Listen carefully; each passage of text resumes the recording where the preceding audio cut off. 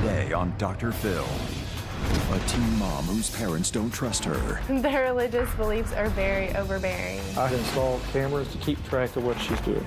She lied to Dr. Phill. Do you smoke marijuana? No. We did a drug test on you and you failed. What else is she hiding? For many years, I've had a secret. What did you say when you found out about it? You didn't go to the police? No, sir. My God, who are you people? Let's do it. Have a good show, everybody. Here we go. I hate to see people suffering, and you've heard long enough. Stand by, Dr. Phill. I'm going to get you the help that you need. In 5, 4, This is going to be a changing day in your life. Go, Dr. Phill.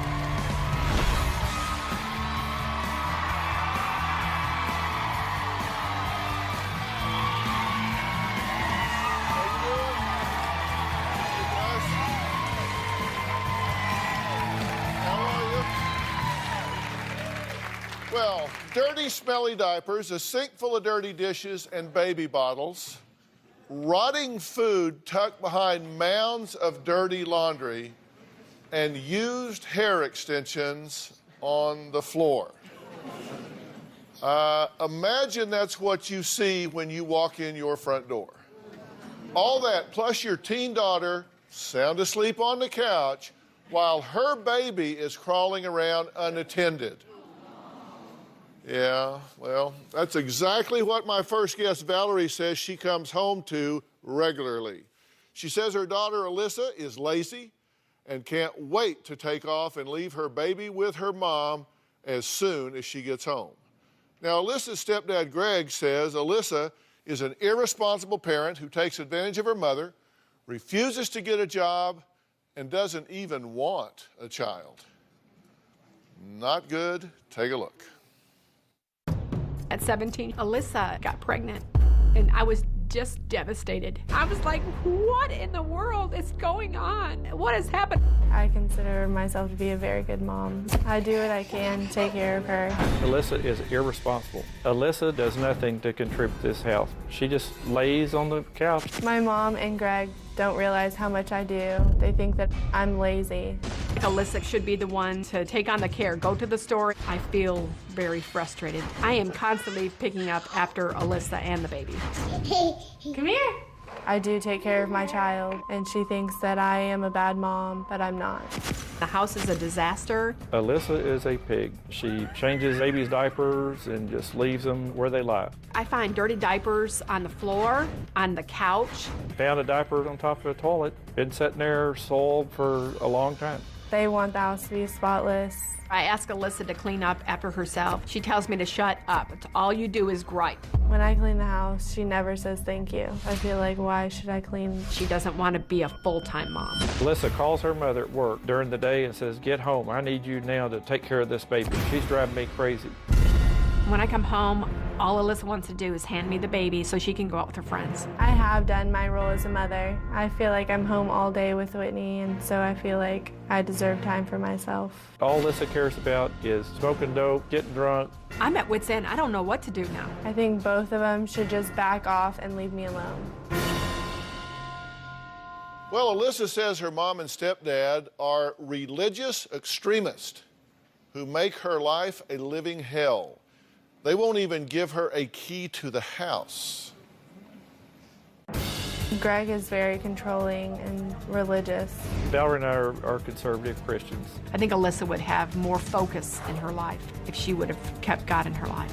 I actually stood in the elevator at work the other day and said, Lord, please help me. I don't know what else to do. I believe following the Bible and those biblical guidelines is very, very important. Their religious beliefs are very overbearing. They believe that girls should wear long dresses and not cut their hair or wear jewelry or makeup. They have strict rules around the house. I have no television. I can only listen to Christian music in the house. Alyssa can have friends over as long as they're girls. My parents have never given me a key to my house. We have a keypad entry in the garage. I have timers I put on the garage, and if she's not in by a certain time, she is locked out of the house. I either have to sleep in my car or drive to my friend's house to stay the night. We lock our bedroom door because we don't want her in there. We have double deadbolts on every door. Special locks on all the windows. We installed an alarm system on the house because of Alyssa, because we don't know what she's going to do. They're trying to control me, but I can do whatever I want. I think my mom and Greg should trust me because I haven't given them any reason not to trust me in a long time. Are you lazy? No. We saw video of the house, which is unsanitary. Do you have responsibility for that? Yeah, I feel like every time that I do clean the house, they don't even say thank you, and they make me feel like it's not even my house. Yeah. How old are you? 19 years old. 19. And you have a child, Yes. but you're a guest in their home. Yes. But you don't like their rules, and you don't like their attitude, and you don't like their expectations, right? Yeah. Move. I can't. I have nowhere else to go. Exactly. What do you want to see happen here? What I would like to happen is that she would just get a job. I would be willing to keep Whitney in the evening when I get home from work if I knew that when she was leaving the house, she was going to work or go to school or both. And also communicate with each other because we don't communicate. Well, you don't talk to her much at all, do you? That's correct. Why not? It started a long time ago. I was kind of, in fact, I told her mother I didn't want to be alone in the same room with her because of any accusations that she may make that may cause me heartache down the road. So I just stay away from it. I got tired of her lip, the way she treats her mother. She doesn't respect either one of us. Well, Greg recorded what he says is a typical fight between Alyssa and her mom. Let's take a listen to this. You've been home all day, Alyssa. The least you could do is do the dishes. You can stop bitching. I can do it myself. All your crap that was there on the counter, I put it all away. Why was there? You do bitch about everything. Why was? Don't talk to me like that. Don't talk to me like that. Shut up. Don't talk to me like Shut that. Alyssa, do not talk to me. Bitch, I can do it by myself. I don't need your help. I never do, never did, never will. Do you do drugs in their house? No. Do you smoke marijuana? No. Do you do any other kind of drugs? No. Have you ever? I have before. But not now. No. Are you high right now? No.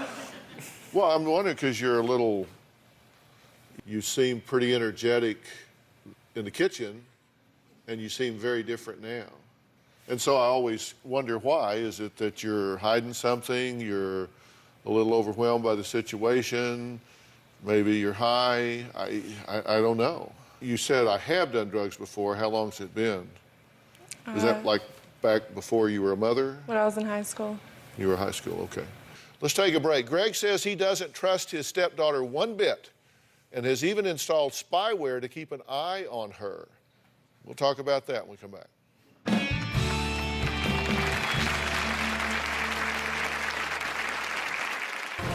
I have installed cameras that monitor who is coming and going in the house.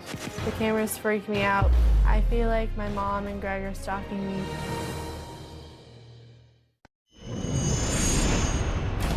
My mom and Greg keep track of my every move. I installed monitoring software on the computer just to keep track of what she's doing. It made me really upset.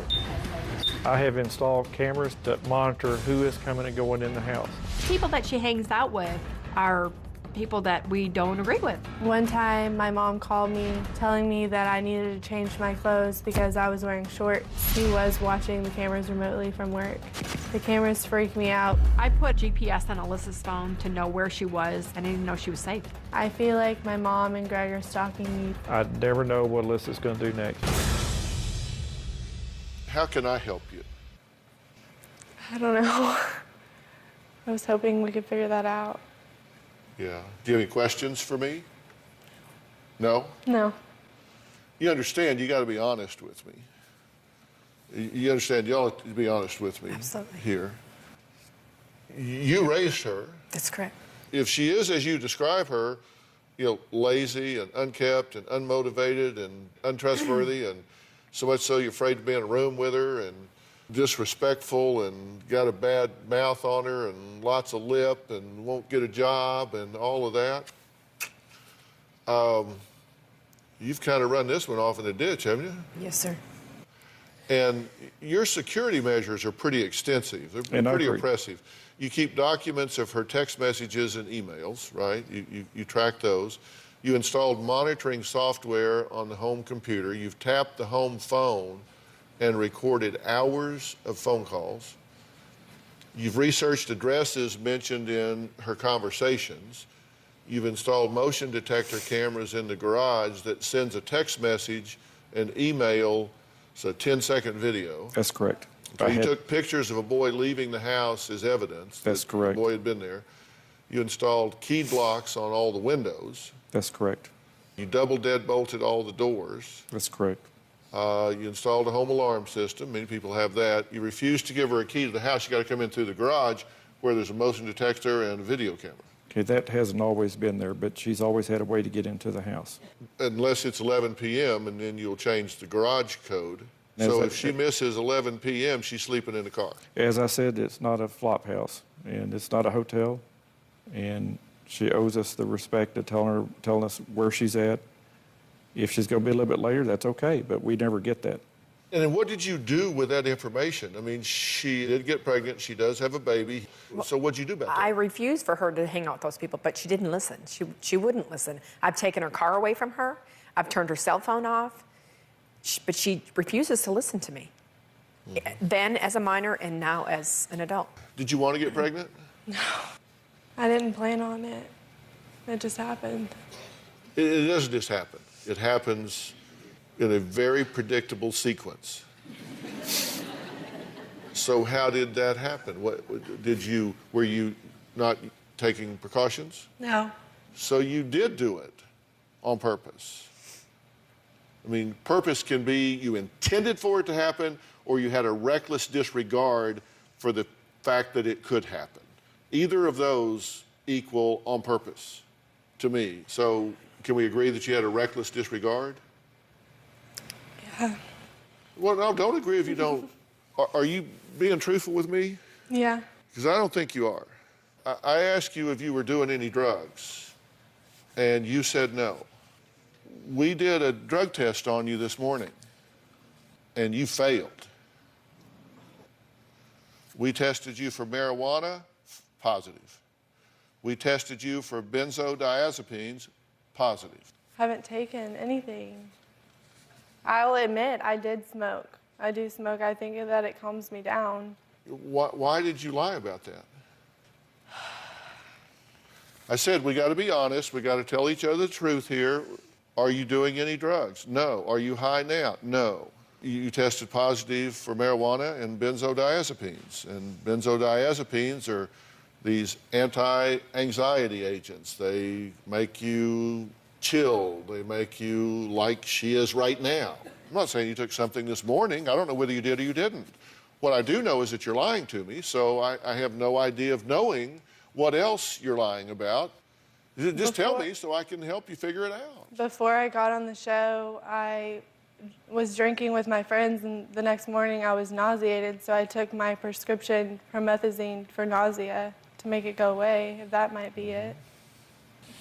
Could be. I don't know. When did you last smoke dope? Not this past weekend, but the weekend before that. Yeah, it's not true. How do you feel about it? I'm shocked because I found it in her car, but it was all in marijuana was all in one piece, so I just really thought that she didn't do it because I found it all together. And I guess I was just in denial. Okay, you did. You found marijuana and you took that to be evidence that she wasn't doing marijuana. I know, it sounds silly. I know, sir, it sounds crazy. But because it was all in one chunk or however they make it, I just assumed that it was somebody else's, I guess. I don't know. So you found it in a car and you thought, oh, this must be somebody else's. I kind of thought that, yes, sir. James Bond here, did you ever test her? No. Well, If she twitches, you get an email. What? But yet you've tracked all of that, but you never thought, let's see if she's doing drugs? We have drug tested her. We have in the past. We but have not in the recently. past. She's obviously a lovely young woman. Mm-hmm. She's obviously very intelligent and making some really bad choices. So I asked myself why. I look over at you two, and you don't seem like you'd be a lot of fun to live with.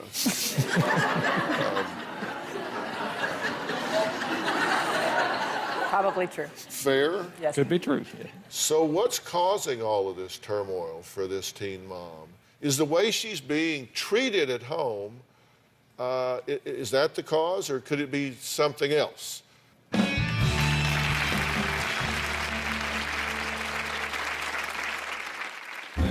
For many years, I've had a secret that I've never told anyone about. Alyssa has told me very little about what's happened. When I told people, half of them didn't believe me.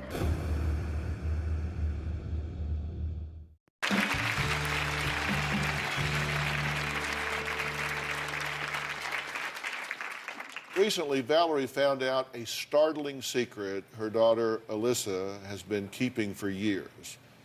Alyssa has said she doesn't want to talk to her mom about it, but Valerie thinks this just might be a big part of the reason Alyssa has been behaving so badly. Let's take a look at what we're talking about here. For many years, I've had a secret that I've never told anyone about. From the time I was 4 until I was 17, I was molested by a family member. One time, he told me not to make any noise. He told me if I made any noise, that he would whip me. And he pulled my pants down and was rubbing his thing on me. One time, we were going for a run around the lake, and he threw me in the lake and he raped me. He made me feel like if I told someone, then he would beat me. And I was scared for my life. I feel confused and hurt. Alyssa has told me very little about what's happened. She doesn't want to talk to me about it. When I ask her about it, she tells me just stop bringing it up. The most difficult part about all this is that when I told people, half of them didn't believe me. I've tried to help Alyssa with this situation, but she absolutely will not let me. I feel like a failure as a mother because I should have known. I feel guilty that I wasn't there to protect my own little girl, the only little girl that I had. Mothers are there to protect their kids, and I wasn't able to do that. I feel like what happened, I'll never be able to put it behind me. I feel like I should move on from this, but I don't know how. Oh, my God. Now, Valerie, you've never heard any of these details. No, sir. You've never heard any of these details, and do you believe that something happened to her? Absolutely. Yes. Because she says some people believe her, some people don't. You've lied to me already. Are you telling the truth about this?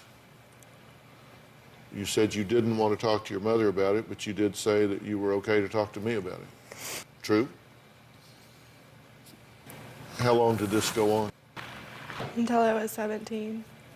Till 2 years ago, you were being raped on a regular basis by a family member. When did it start? When I was about 4. How do you feel about all of this? Upset that that happened to me, angry that even though they didn't know about it, they still made me go over there. She knew that I didn't like going over there. But she did it as a punishment. Every time I would be bad, she would send me over there. And you knew what you would get when you got there. Oh, my God. How do you feel about this? I feel like I said, failure as a mother. I had no clue. Had I have known, it would never have, I never would have sent her anywhere to have her hurt. Never. And since you've learned about it, what have you done about it? Just told the person to stay away from me and her. I've tried to talk to her. I've tried to get her to go to a counselor because I felt like that's why the whole time that she was acting out as a teenager. Now I feel like that's the reason why. And I feel like a failure. I feel like I can't believe this has happened. I assume you've filed charges against this man. Well, I can't because she's an adult. She wasn't when it started. I thought 4 years old.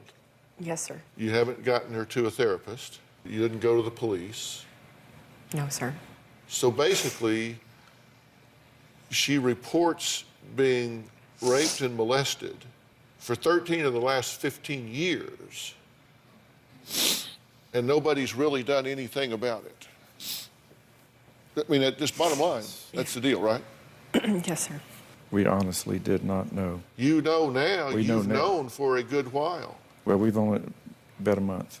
You do believe her? I believe her. Because she just lied about the drugs. I mean, this could be some big drama. You said you were afraid of being in the room with her because she might make accusations. That's exactly right. Is that because you think she's made these accusations up, so you'd just be the next target? I didn't know. I honestly did not know. I was scared of her. I rolled her out of bed early this morning, as you know, because I had her sit with Jack Tremarco right there. Absolute cutting-edge polygraph expert. I wanted to know if this was just more drama or if she was telling the truth about that. We're going to find out after the break.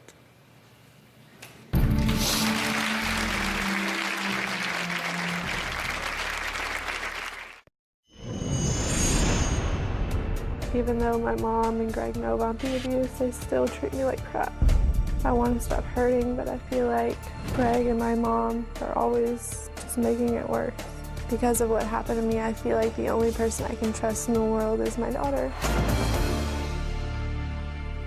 Since Alyssa's family member denies the accusations, I invited former FBI expert polygraph examiner Jack Tremarco to give Alyssa a lie detector test. And I have the results right here. Because you understand, these are very serious accusations. The question you were asked, did a family member, and that person was named in the test, ever have sexual contact with you? And your answer was? Yes. Since you were born, did a family member, who was named, ever have sexual contact with you? You said? Yes. Then to be more specific, between the ages of 5 and 17, did a family member, who was named, touch you sexually many times? And you said? Yes. She was telling the truth to all of the questions. I believe. I am so very sorry that this happened to you. It's not your fault. You shouldn't feel shame about this. You shouldn't feel guilt about this. You are 100% a victim here. Do you hear what I'm saying? Yeah. This didn't happen once or twice. Yes, sir. This happened time and time and time again. Are you telling me you had no idea? Honest to God, I had no clue. I was floored when I found out. I honestly did not know. I would have stopped it. I would not have allowed someone to hurt my child. What did you think about this? It was like you kicked me in the gut when I heard about it. And I'm still numb even today. I just can't believe it. What have you said to her about it? When I first found out about it, I went up to her and apologized to her for not knowing. Apologizing to her for not protecting her. What did you say when you found out about it? What did you say to her? I haven't said anything because I haven't seen her. I haven't really seen much of her, but I haven't said anything. You've been her stepfather for 8 years. and you find out that a family member has been raping and brutalizing this girl, and you haven't even brought it up to her? I failed. I have not even God, followed who up are with you it. people? What? Yeah, we got an email from you Yes, sir. 2 weeks ago. She got pregnant at 17. It's no wonder. Her baby's father's incarcerated. It's no wonder. She's refusing to get a job. She leaves the baby with me. I bathe the baby, feed the baby. She keeps her during the day, but she always wants to leave and get away from me. There's dirty bottles in the sink. She refuses to clean her room. There's nothing more irritating to me than to work all day and come home to a messy house and dirty dishes in the sink. It's like this every day. She'll call me all the time getting off work. Where are you? Where are you? Oh, my daughter recently told me that she was molested and raped by a family member all through her childhood. I didn't mean for it to come across that way. It is what it is. And this is diagnostic to me. If we're going to make a change, we got to get real here. The person that did this denies it. Alyssa's alleged abuser left her a voicemail that I thought was very interesting. Take a quick listen to this. You're saying that I did something to you. You need to make sure and tell your mama that's not true. And whatever goes on, you need to know that I love you and I need you to talk to me sometime. I don't know what's going on. All right, bye. Well, so where do you go from here? How do you unravel this complex and layered situation? Clearly, you're making some bad choices. Clearly, I believe you are underreacting or non-reacting to a very pathological situation. So what do we do with all of this? I'm going to be very specific after the break.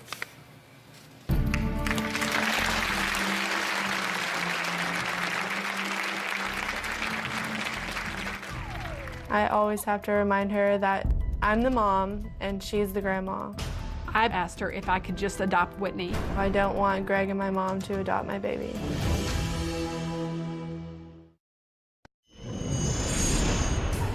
My mom does act like my baby's her baby. She used to tell me that God gave her a second chance because she messed up the first time.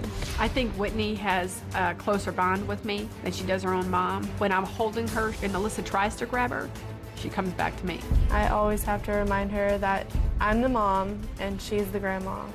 I asked her if I could just adopt Whitney. She thinks I'm an incompetent mother. I don't want Greg and my mom to adopt my baby. I'd be in my late 70s when she becomes 20 years old. And I always ask myself, is that what I want to do? I think the better option is for me to raise her because I know that she'd be taken care of well. Let me tell you some things that I believe you really don't know, that I think when you do know, it will change the way you approach this situation. I don't believe that your intent was to send your daughter to the hands of a predator. No, sir. I don't believe that. Think about how confusing it is, given that this was a trusted family member, that this was someone that she's taught to respect and obey. At age 4, you don't know what's right and what's wrong. You don't know whether something fits or not. But then you start getting older and you start figuring it out, but it just keeps happening. And then there are threats of what's going to happen if you tell about this, if you open your mouth. Nobody's going to believe you. Are you kidding me? Mean, intimidating threats to someone that is used and abused sexually. Their self-worth crashes. Their self-esteem crashes. Their confidence crashes. Their trust crashes. And she goes out and gets pregnant. Let me tell you, these people learn this is what's valued. This is what you do. So they are at high risk for promiscuity and teen pregnancy. Not because that's what she chose, because that's what some sick bastard chose for her.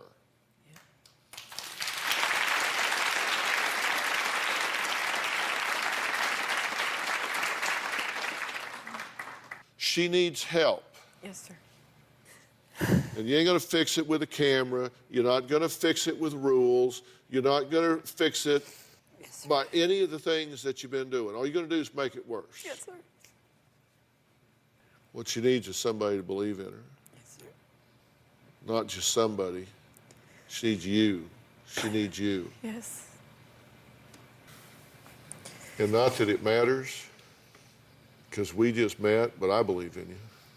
You're here. You didn't have to come here. You didn't have to talk about this. You could have kept stonewalling this. But you found a voice inside. You found a way to give it a voice. And that means you're fighting back for you and for your baby.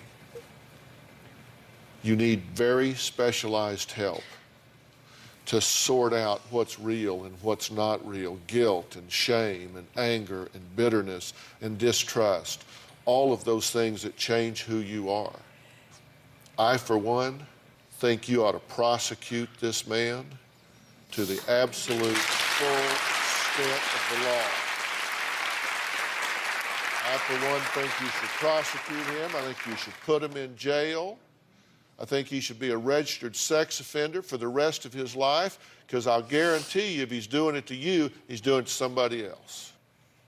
And you can save somebody else from being where you were by holding this man to account. But that's up to you. And that's not a decision you have to make right now.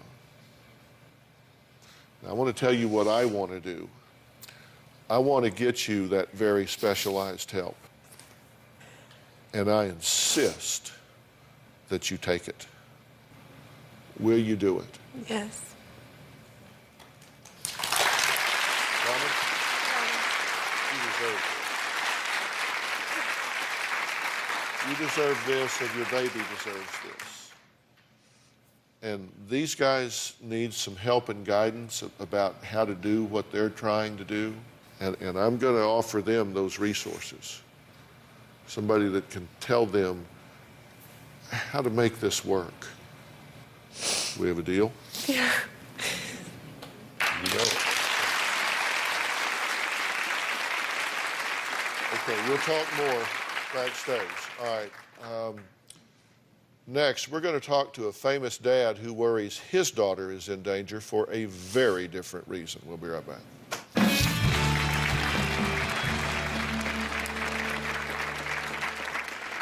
I'm a father, and this happened to my daughter. My ex-girlfriend told my daughter that this was the good drugs versus the bad drugs. So for my child, it was confusing.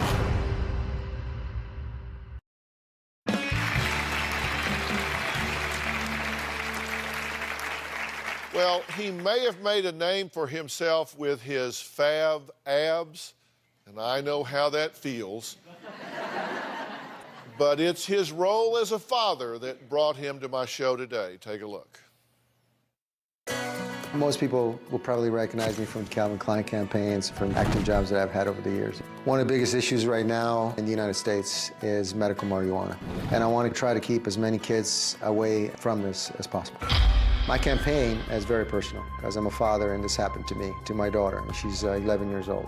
My ex-girlfriend has a legal marijuana selling business. And my ex-girlfriend was having an average of 60-some plants in the garage while my daughter was living in that house. And my ex-girlfriend told my daughter that this was for the good people, not the bad people, and this was the good drugs versus the bad drugs. So for my child, it was confusing. My daughter knew about drugs. We teach them in school, and we teach kids that drugs are bad for you. So all of a sudden, the drug is good for you. So how do you make a difference between the two? I think children shouldn't be exposed to marijuana or a business that sells marijuana. There should definitely be a law that bans parents who are selling marijuana with children under the age of 18 years old. That's my belief, and I'm going to keep fighting for it. Well, I want you to welcome Antonio Sabato Jr., who wants to pass laws that would prevent parents with children under 18 from growing medical marijuana. Someone who completely disagrees with that is Cheryl Schumann, the executive director of the Beverly Hills Cannabis Club. She is also known as the Martha Stewart of marijuana. Wow, okay, so Martha Stewart of marijuana. Antonio, let me start with you. Yeah. What's your point of view here, and what do you think people need to be alerted to? Well, first of all, I know so much about marijuana because it was my first drug. I thought it was something that I could smoke and be okay and do the things that I wanted to do. But what happened after that is that it led me to do other things and worse things, and I've been clean from any type of drugs for 11 years. Right.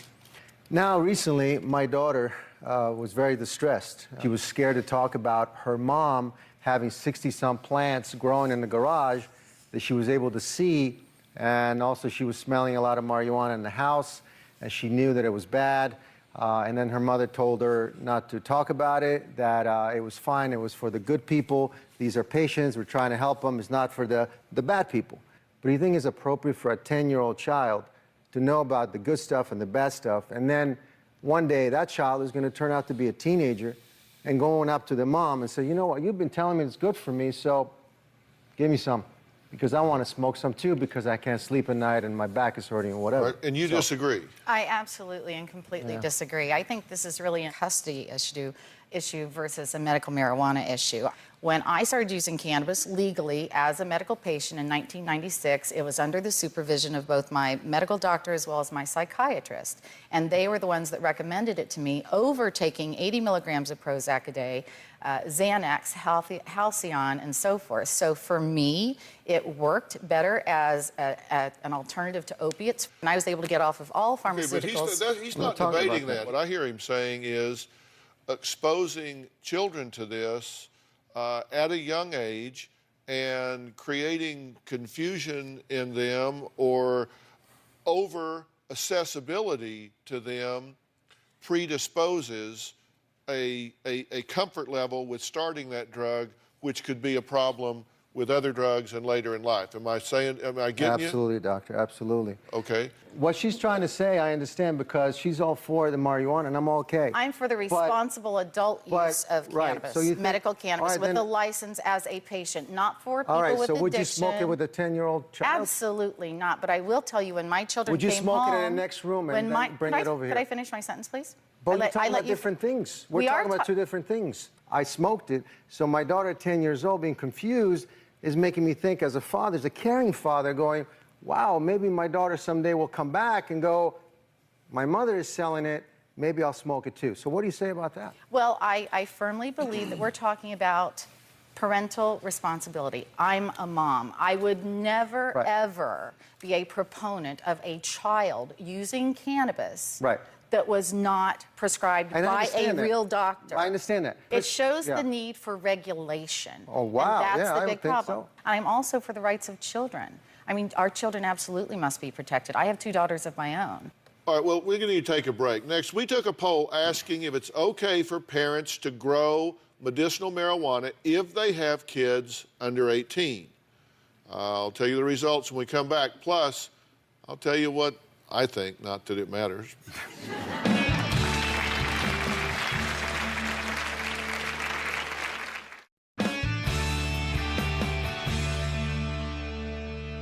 We actually conducted a national poll, and we asked, should parents with children under 18 be banned from being able to legally grow and distribute medical marijuana? 61% said yes, they should be prohibited from growing it. 39% said no. On our Twitter, Shannon Love STTS says medicinal use of this drug and the misuse or illegal use of this drug are 2 separate things. Kids can be taught. Then Fifi Flea says marijuana has health benefits for many people. However, caution is necessary when children are in a home. No question about it.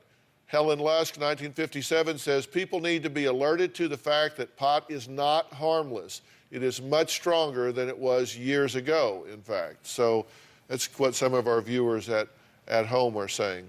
What you're concerned about is the exposure of young children. Absolutely. I'm all about keeping children safe. We need law reform and we need regulation to protect our families. Got it. Antonio, Thanks, thank you. Interesting topic. Cheryl, thank you so much. All right, thanks so much for being here. So long.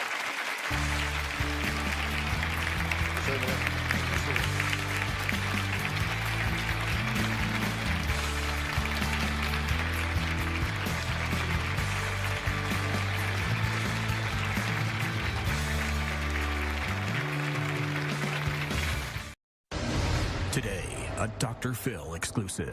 Ted Williams is joining us from his treatment center. You did get drunk in Columbus. I was a little tipsy. Did you do any drugs? Yes, sir.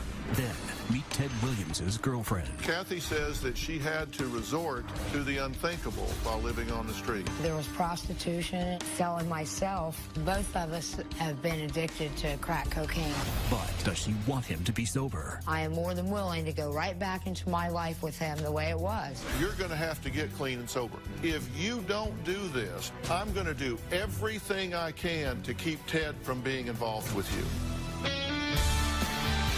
This is going to be a changing day in your life. Have a good show, everybody. Here we go. If it matters to you, that's what I want to talk about. Are we ready in the booth? Let's do it. Go, Dr. Phill.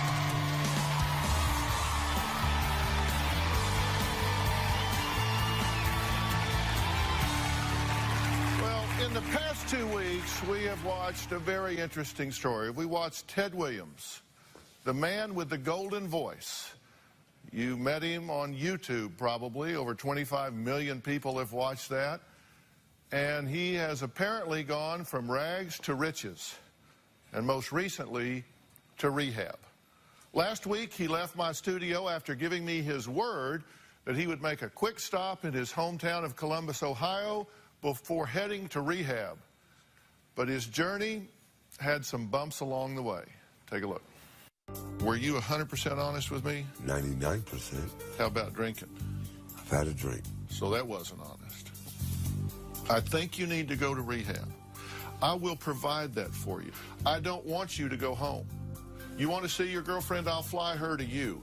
But you need to go from here straight to rehab. Yeah. Don't squirm. You said you're going to take my advice? Yes. You said you're going to do what I suggested? Yes. But no, but. What do you mean, but? What do you say? Come on, Ted. all of a sudden, I'm here's that emotional roller coaster. 1 second, I'm told I could get a couple days away before I can make. What do you want to do back there, Ted? I just want to see some. I know, certainly not to go use, doctor. If you go back there and you get drunk and make a bad decision, something bad could happen, and you can wind up losing everything. I just want to see my grandkids. I want to, I'm not going to be drunk around them saying, oh, did you see me on such and such? I promise you I won't get drunk. I flew a guy in here during the night from one of the top rehab facilities in the world today, a place called Origins. I tell you what, let's do. If you want to go to Columbus, we'll just have him make a detour with you to Columbus, and then he'll just go with you from Columbus to there. Now, that'd be fine. Then I'll get up and hug you for that. Are you going to drink up there? No, I don't plan to. Yeah, you don't want that last fling. No. Let me introduce you to Rich so you can see who's okay. The nicest guy you'd ever want to meet. Oh, how Rich are you, Whitman. sir? Nice to meet you. I was going to see if we could get you to kind of swing through Columbus on your way to Origins with Ted. He'd like to go home, see his grandkids to kind of put a cap on this, and then go to Origins. Fair enough? Fair enough. You committed? Yes, sir. You going to do this? Yes, sir. Thank you, Dr. Phill. Going back to the same playmates and the same playgrounds is a very risky move for any addict or any alcoholic. Golden-voiced homeless man Ted Williams, from homeless to Hollywood to handcuffs to rehab. After taping a 3-part series of the Dr. Phil Show, Ted Williams says he's now headed for rehab. I'm going to get well. All I ask is that you don't forget me. The program's executive director, Rich Whitman, actually acted as Ted's sober companion, traveling with him from Hollywood. This time is I'm getting a good planted start. Dr. Phill, best man in the world. Well, actually, Ted Williams is joining us from his treatment center, Origins, in South Padre, Texas. Ted, are you there? I am, sir. I am right here waiting to field all of your questions, doctor, and I'm feeling great about doing it. All right. Well, Ted, it's so good to talk to you. It's good to hear from you because I think, number one, America wants an update. They want to know where you are. You have so many millions of people pulling for you and praying for you and hoping the best for you. And so everybody wants an update. So let me just ask that open-ended question first and tell us how you're doing, how you're feeling, and what's going on at this point. Well, Dr. Phill, I must say I am surrounded by the best medical team that can be offered at this moment to me, and I feel really, really good. I feel the voice is coming back bigger and better than ever, and I'm really healthy. I've gained a few pounds since I've been here, and I managed to get glasses. I don't know if I remember telling you that eyewear was something that I was most concerned about. I had a very thorough physical, and I can be honest in saying, Dr. Phill, thumbs up. I'm totally healthy. All of my glucose levels, my liver, my cholesterol, all of it, my heart, my lungs, everything seems to check out very well. There's just so much going on here, Dr. Phill. Every day is truly a blessing to be here, and I couldn't thank you enough, Dr. Phill, for just the few days that I've been here. I've met some very nice people here who are also getting recovery, and my caseworker and everyone is just so accommodating and very interested in me recovering. So, Ted, are you at a point where, and listen, I've got people here from Origins, actually, and I'm not asking them anything about you specifically, because I think what happens inside those walls, other than what you choose to share, should be confidential. So I'm certainly not asking any of your treatment professionals to... Oh, well, they made it very aware to the other residents here as well. They had a little huddle meeting type thing to inform them of the confidentiality, not only with myself, but their confidentiality as well. So they gave them pretty much of a little... Well, good. They take that very seriously, and they are cutting-edge professionals. Now, you, on the other hand, can share whatever you choose to share. And yeah. I kind of... Ted, you've heard me say before, everybody that I deal with on this show, they get the benefit of up-close and personal attention and wonderful resources brought to bear. As you're saying, you've already had a great physical. You've been to an eye doctor. We sent you to a dentist here. I bet you'll be seeing one there as well. Yes, sir. All of these things that are there for you, which are great and wonderful. And in exchange, you become a teaching tool for us. Because there are a lot of people out there that are struggling with some of the same issues that you are, and I want them to learn from your journey through this. So you're actually using your life in a very positive way here, and I'm glad to see you doing that. Well, thank you, Dr. Phill. Toward that end, let's talk about what's happened since I saw you last. You did go to Columbus, correct? That's correct, sir. And, you know, you and I have known each other now enough that we can be just completely honest with each other, and I'm going to ask you to be honest with me. How did it go in Columbus? It went fairly well, Dr. Phill. I didn't go out of my room. I stayed in for the sake of the media and all. And as a matter of fact, people in Columbus, other than my immediate family, you know, knew of my whereabouts, but none of which was disclosed or anything. And I did... I don't know, drink some more. You know, it was like, oh, God, I'm going to have to, you know, go in. You know, my nerves was just shot. You know, going from your show to that moment of having one more drink, it was champagne, doctor, and I just felt like, you know, like you told me on your show about how I dodged that bullet in L.A., by not having anything occur that was, you know, way out of my reach to control. But I went and I seen my family members and talked to them briefly, and the intimate group that I did allow to come, there was no incident. It was totally without incident, and I wished them well, and I got a chance to hug them because Rich, who I love emphatically, I love him very much, he was trying to hustle me out on private helicopter, you know. He wanted me in Origins as fast as, I mean, I seen that he was more interested in getting me away from the elements as quickly as possible. Okay, but Ted, you get that, of course, what I said is I was afraid you were going to go to Columbus and you were going to drink, yes, and sir, that bad things could happen. You did go to Columbus and you did drink. Now, fortunately, you didn't get arrested, nothing bad happened, but you did go there and drink, right? That's correct, sir. And you and I have talked about this from the minute we took our first walk down one of the mean streets in Hollywood. I asked you if you felt like alcohol was something that you could handle, that you could be a functional alcoholic, that you could drink and be okay. You said no, but everything told me that you thought yes. At this point, do you think you can drink? No, I do not. No, I absolutely, and I will tell you the God's honest truth, Dr. Phil. No, I cannot. I've been having some very vivid dreams lately, and they were all pertaining to, you know, my desire. I mean, it's really affected my desire. And me having a very close conscious contact with God, it has been revealed to me that I cannot drink or drug. I am truly, and I'm not saying this for the sake of your show or the media or whatever, I am truly going to put every foot forward into killing this disease or trying to put it on the back burner of you know, my walk into... But you did get drunk in Columbus. Yes, sir. Well, I wasn't drunk. I wasn't staggering around in the hallways or anything or behaved badly. I was a little tipsy, a celebratory tipsy. I know that doesn't make sense, but if you're probably waiting for me to say, yes, Dr. Phil, I got drunk. Yes, sir, I did get drunk. Well, I don't want you to say it if it isn't true, but no, I don't want you... No, it isn't true. I didn't get drunk. I was very composed. It's just that I had more, you know, I had more on my mind to let it consume me to a point of drunkenness. Yeah.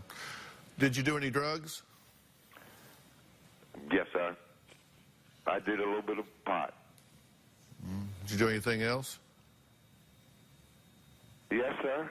I mean, is this the exposed? I mean, I just had what you referred to upon me leaving, a fling, and that's all it stood as, because none of it had its grip on me at all. It didn't change my mind about where I needed to be. It was like, okay, now that it's out that Ted relapsed by having a drink, I just felt like, well, I might as well do the other two as well, and let's just start a clean slate, you know, a total clean slate, because, you know, I am in this with God. I am into this with God. I didn't feel any remorse, or I didn't feel bad because I did it. I did it in a prayerful way, not to say, Lord, give me permission to do all of this and help me get better or whatever. I just did. I said, Lord, that my nerves are shot, because they were totally shot. I asked a doctor for some type of medication that could possibly still my nerves, and she said, let's learn to meditate instead of medicate. And so I took all of that to heart. And it was like the only way I know how to escape pain is that way. And I was somewhat painful. Well, Ted, I understand. And are you getting me to try to ask me in terms of the amount and the weight and No, I don't care about that. What I care about is that you're in rehab, and you agree you're in the right place, true? I agree, Dr. Phil, and believe me, when I say this to you, this is truly a blessing as well, because it, along with all the other things that I prayed for, was the opportunity to be able to go, probably not to the most leading treatment facility in the world, but just to get me into treatment, you know, and God just blessed me immensely in all areas of what I asked for. I wanted a chance to have an apartment. I wanted any job just to say, hey, Ted, come work for us. And that was given. And then the treatment portion of it, and how I was going to sever my relationship with my girlfriend as a result of any of it. So, I mean, not that I want to sever that relationship, don't get me wrong, but I felt like eventually my relationship issues were going to come to play. So God seems like he addressed everything in accordance with what I had, prayed for. Of course, he blessed me abundantly, but, because, I feel like right now that I can be of some service to the still suffering addict. Because I feel like I'm a poster child at this point for, as you say, redemption, second chance, and hope. All right, well, Ted, take a breath. Yes, sir. From the very first time we sat down, I told you that I was cheering for you and that I was so excited that you had a second chance, because, we all pull for the underdog, right? I mean, to find someone that has your talent and your skills to get a second chance, we all cheer for that, and everybody in America was cheering for that. But I told you at the time that I didn't want you to just get a second chance. I wanted you to have and embrace and keep a second chance. I wanted you to make the most out of it. Yes, sir. And to do that, you've got to be willing to be honest and deal with the issues. I don't want you to stick your toe in the water and tell people what you think they want to hear, and then go back out there and get to drinking and drugging and blow it. Because let me tell you, second chances are rare. Third chances are non-existent. Yes, so sir. we have to really make the best of this, and to do that, you've got to be willing to be completely honest with yourself and immerse yourself in that treatment program down there. Your family is pulling for you. Some of them are here today. They want to talk to you, and now you're going to get me emotional. Okay. I know. All right, take a deep breath. We're going to take a break, and when we come back, we're going to continue talking with Ted. Plus, we're going to find out what's going on with his family and why two of them aren't speaking to each other. We'll be right back.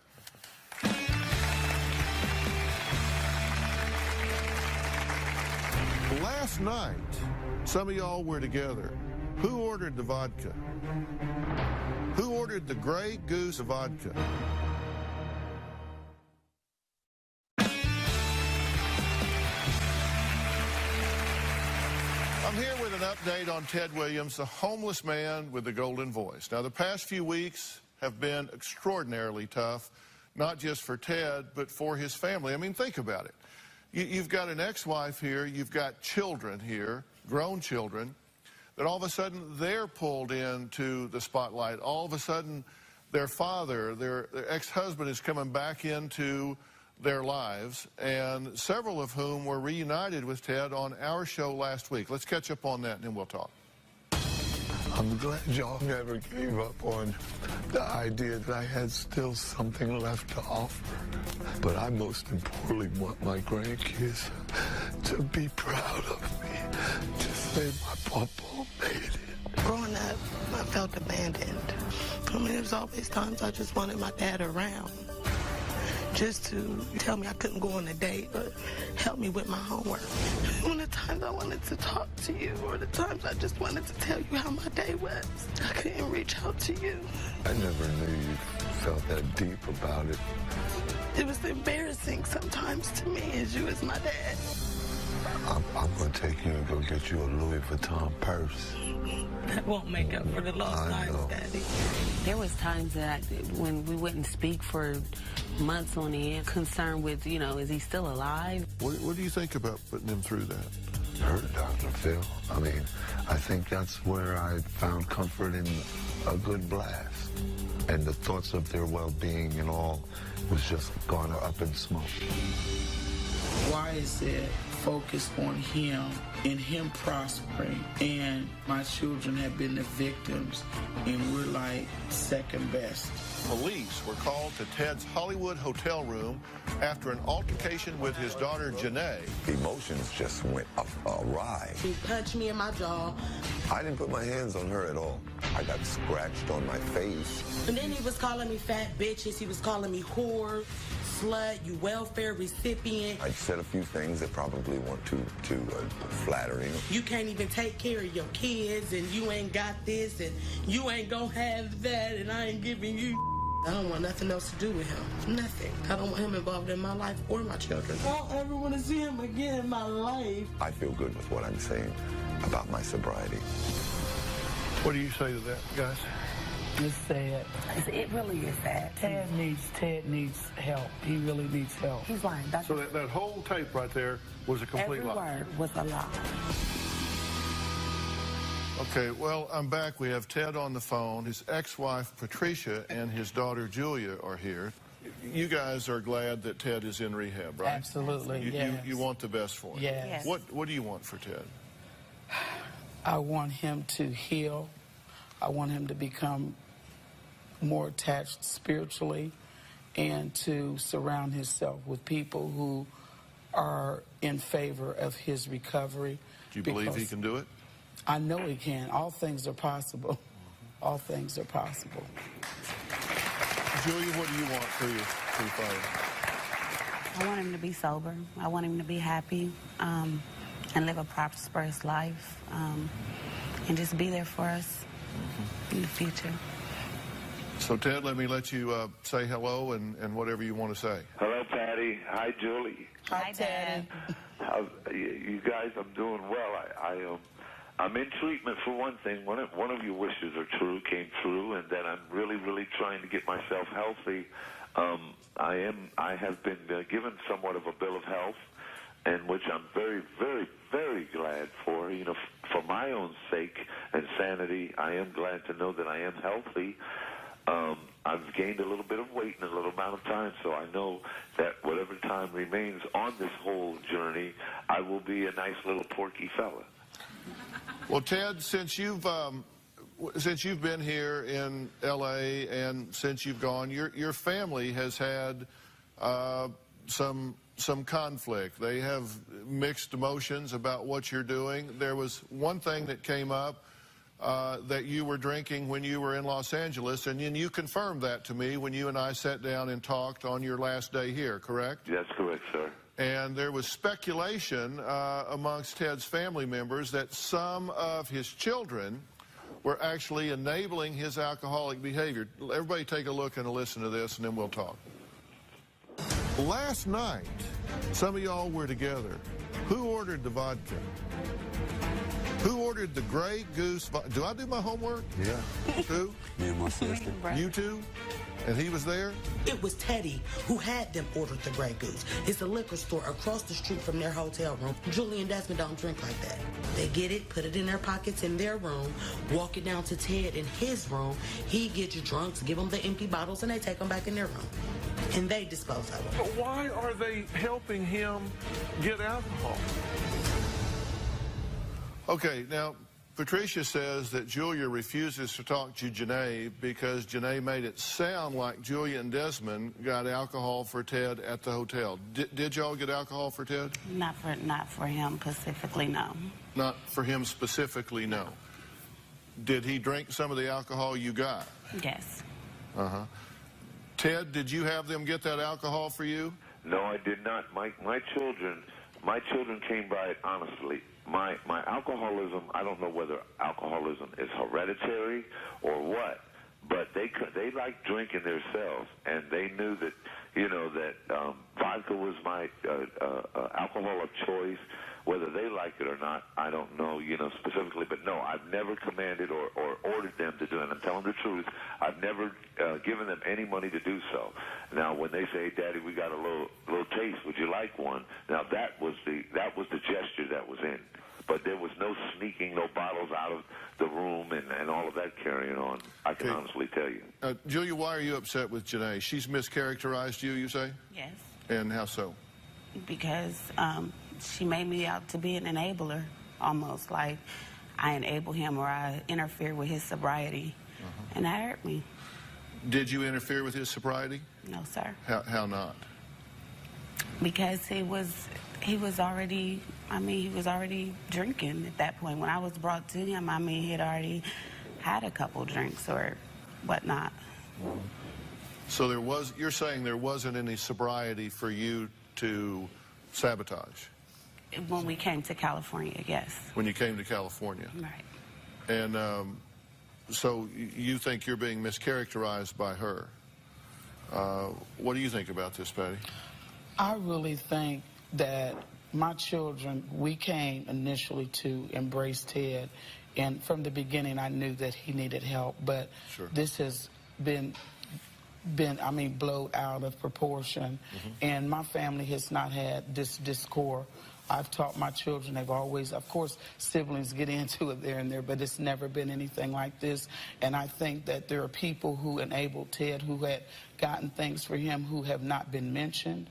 And it just seemed like it was just based on my children, which has caused a conflict. And then in Columbus, that they kind of sensationalized on it and put Desmond and Julie's pictures up like they were criminals, and it hurt Julia and it hurt Janae because at the time she was hurting and she was in pain because of the altercation. So some things came out and she's really sorry about it now, and this is what I want out of all of this. Ted is in recovery and getting help, and my prayer is that my family can also get some help and heal from not only just this incident, but from the years of him being absent and how it has affected them. Right. And, you know, and Ted, you understand that all of the tension within the family, this dates back years and years based on your absence and the path that you've taken, right? That's correct. And you know, Dr. Phill, if I might add, that I know personally from all of the sensationalism that this whole story's gotten and where it looks like it was trying to lead, I think the devil is very busy, not just in my life, but in everyone's life, but particularly mine at this point, to sabotage any successes that are still out there for me. I want my family to be together and speak and everything so that we could all end up on a Honolulu beach or a Bermuda beach or even down here on the island. You know, I'm looking forward to getting all my kids and grandkids assembled so that we can continue to have family reunions like we used to have, you know, and that's what I want, and that's what I'm praying for minute by minute. All right, and Ted, you understand that the number one thing that you can do to help heal your family, to heal your relationships with each of your children, to do everything that this family wants, needs, and deserves is for you to get clean and sober and completely mentally, emotionally, physically, and spiritually healthy so you can stand as a leader in this family and do the right thing. So it starts with you. You get that, right? Yes, sir. And so you're doing everything you can right now. Right now. By being where you are, if you're being completely honest with everybody. All right, let's take a break for a second. And Ted's family members tell me why they want him to choose differently who he's around in his life. We'll be right back. Coming up, meet Ted Williams' girlfriend. Kathy says that she had to resort to the unthinkable while living on the street. There was prostitution, selling myself. Both of us have been addicted to crack cocaine.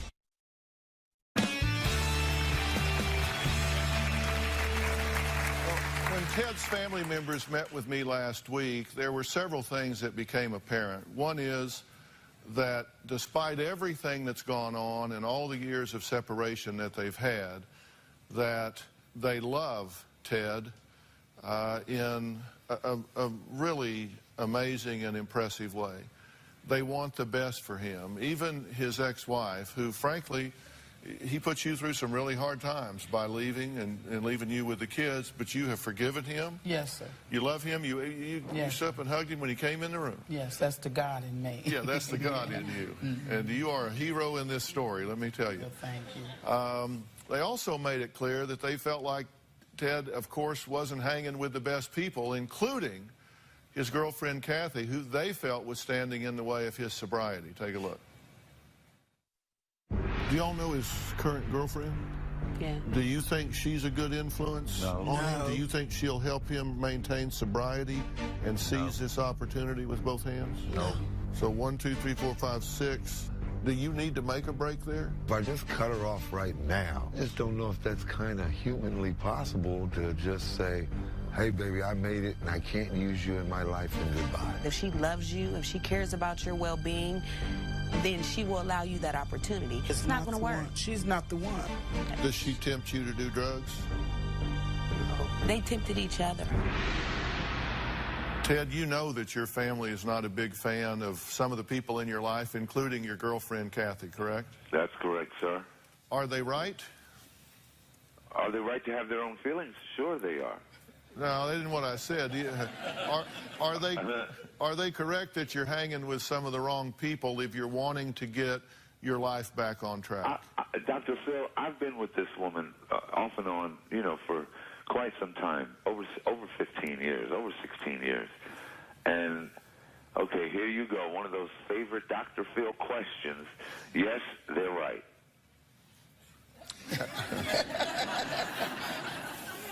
How are they right, Ted? Well, they're right because we use together. You know, there's never been a period of me being sober and her being dirty, or her being sober and me being dirty. And again, here goes these emotions I'm experiencing. They're right. Yes, she's not healthy for me at this point in my life, and I'm not healthy for her as well. It works two ways. We'll be right back.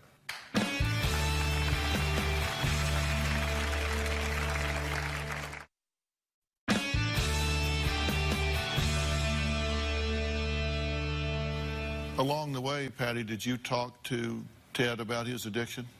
Did you sit down with the times that you would see him? Mm-hmm. Did you talk to him? I've seen him when we riding down the street one time, and Trisha was driving, and she said, there's Ted, there's Dad, and I'm like, go back, and we went back, and he was going into a gas station, and Ted, I know you remember this, and he just looked so bad. I got out of the car. He didn't recognize me at first because he didn't have his glasses on, and he came up to me, and I just began to cry and hold him and embrace him and began to pray with him. You know, this has happened several times. And I said, Ted, I don't want you to kill yourself. I really don't. I wish him the best. I love him. His children love him. His grandchildren love him. And I've embraced him and talked to him. And we've had prayer together. Ted, you got a good gift for gab, don't you? Yes, sir. I mean, really, you can stand up, preach, and testify, and breathe through your ears. You don't even take a breath. I guess that's all your professional training. But let me ask you something. How hard is it going to be for you to break the habit of lying and manipulating, because that's how you've survived on the streets? I'm just going to have to pray about it, Doctor. I'm going to have to pray about it. And just let go and let God. We'll be right back. Coming up, Ted's girlfriend, Kathy. I am more than willing to go right back into my life with him the way it was. You're going to have to get clean and sober. If you don't do this, I'm going to do everything I can to keep Ted from being involved with you.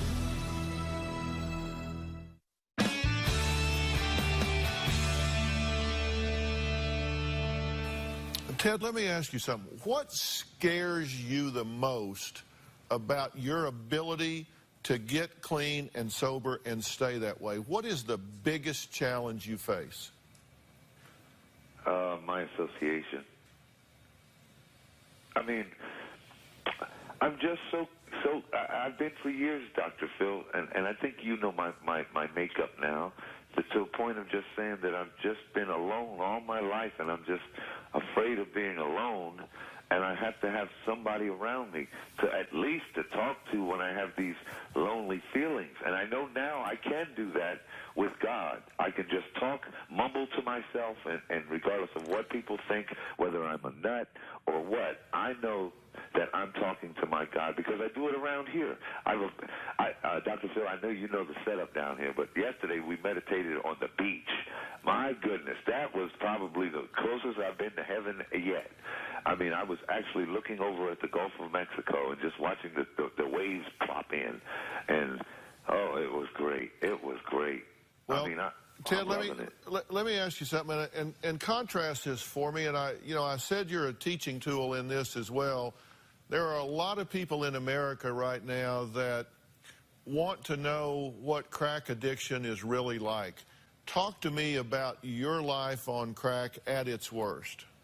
At its worst, trying to get that next hit, trying to get more money to get something, to get that one euphoric, that adrenaline rush that I seek out of it. You know, I used to always say, ain't nothing like a good blast. You know, to get that spooky feeling, and I know at its worst is when I was spending $50 to $100 a day only to get deeply paranoid and think that people are talking about me and listen for sounds that I can't make. You know, one time I took a blast in a fast food restaurant, and I went in the bathroom to do it, and right when I was getting ready to walk out, I heard this, and I sat back down on the toilet real fast, thinking that it was the sound of a law enforcement's walkie-talkie. So every time I got ready to get up to walk out, I would hear the, and it wasn't until I heard, I like an order of fries with that, that I finally realized it was the drive-through sound that what I was actually hearing instead of a walkie-talkie, and I just it ran me nuts. I just bolted out of the bathroom and ran onto the street, you know, relieved that it wasn't a cop on the other end. But it took me like 30 minutes in the stall to finally decipher that it was the drive-through thing. Yeah, well, you never know what you're going to get to answer to a question around here. What was crack like in my worst? Yeah, and of course, and that's something that was the worst. It just had it had a death grip on you. Yes, yes. Now, you know, Rich is here. Rich, let me ask you something from a treatment standpoint, a treatment perspective. What does it take for somebody to really get ready to go back into life and not be sucked right back up in this the first time the stress and anxiety builds up? The one thing that I tell people, this really isn't going to be a really difficult job. All you got to change is everything. Right. You come in with your bag full of your solutions, alcohol, drugs, and they stopped working. You've got to empty them all out and allow us to refill your bag with brand new solutions. And that may mean a new location, new friends, new associations, new everything, right? I mean, because all of those things can be triggers for getting back into the wrong behavior. Absolutely. You've got to change your mental, your spiritual, and obviously you've got to get physically well. Ted, you know, I told you in the beginning that I would also reach out to Kathy and offer her an opportunity, and I've done that, and she's here today. She's in L.A. Oh, she is? Yes, and I tell you what, I'm gonna excuse you two, Julie and Patricia, because I don't think you really want to interact with her a lot. Would that be true? I don't dislike Kathy, you know, and the times that we've had family get-togethers, you know, she's came and been a part. I've opened, you know, to my grandchildren and my children to Kathy, and she's not the first, but she's, you know, and that's just, again, you know, I feel as much for her to get help as I do Ted. Well, so I do too. Really I want to help anybody that wants to be helped, and I'm going to chat with her for a minute. Would y'all like to stay here while I chat with her, or would you like to excuse yourselves? It's up to you. I don't mind. I'm okay. Okay. If Kathy's okay with it, I am too. So, Ted, I'm going to ask you to help me as we talk to Kathy a minute, okay? Yes, sir. We'll be right back.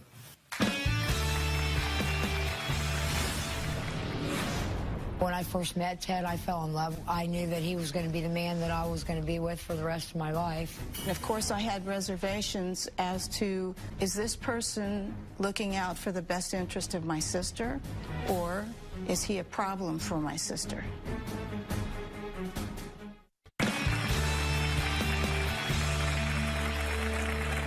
Kathy says that she had to resort to the unthinkable in order to support hers and Ted's addictions while living on the street. We talked to her. Take a look. When I first met Ted, I fell in love. I knew that he was going to be the man that I was going to be with for the rest of my life. We've been boyfriend and girlfriend for 17 years. We've certainly seen our hard times. A lot of the time, we've been without work. We did what we had to do to make ends meet and to survive homelessness and just out there in the streets. We would sleep wherever we could, you know, lay down on a park bench or under a bridge. We've had our drug problems. Both of us have been addicted to crack cocaine through the years. I would use the drug every day. You got to pay for that habit somehow. There was prostitution, selling me, myself. There was a lot of hustling going on. I met Ted about 10 years ago. Kathy was hanging around with him. And of course, I had reservations as to, is this person looking out for the best interest of my sister, or is he a problem for my sister? For many years, I have feared losing Kathy to drugs. I would just think, I would pray, Lord, there's got to be a better day coming. There's going to be a better day, and I know there's going to be light at the end of the tunnel. We have a second chance to make up for that now. We have a second chance that most people will never get. My greatest fear is losing Ted from all of this, because truly, I wouldn't change anything if I know now that that's going to be the outcome of us not being together. I am more than willing to go right back into my life with him the way it was. Good, bad, right, or wrong. That's what's important to me. Joining us is Ted's girlfriend, Kathy. Well, we're out of time. We're going to keep taping and air our conversation with her tomorrow. We'll be right back.